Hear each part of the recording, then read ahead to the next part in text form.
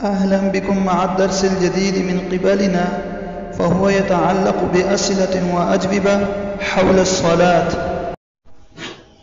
السلام عليكم ورحمة الله وبركاته. وعليكم السلام ورحمة الله وبركاته. متى فرضت الصلاة؟ لما ذهب النبي صلى الله عليه وسلم إلى المعراج ففرضت هناك. هل تصلي باعتدال وسكينة؟ نعم يا أخي، أصلي باعتدال وسكينة. هبك يا أخي أنت في القطار والقطار يمشي وأدركتك الصلاة، فماذا تفعل؟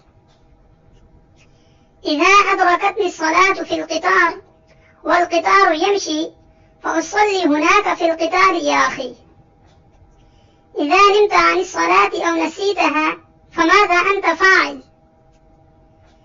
إذا استيقظ فأصلي يا أخي. هل تسقط الصلاة عن أحد؟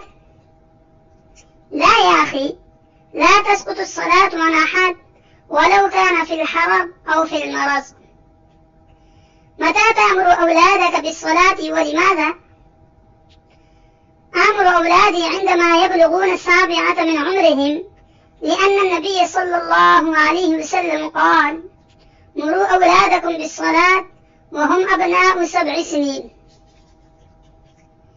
ما هي الربحة التي تنالها في سفرك وإن لم تقصد؟ على ما أظن قصر الصلاة يا أخي.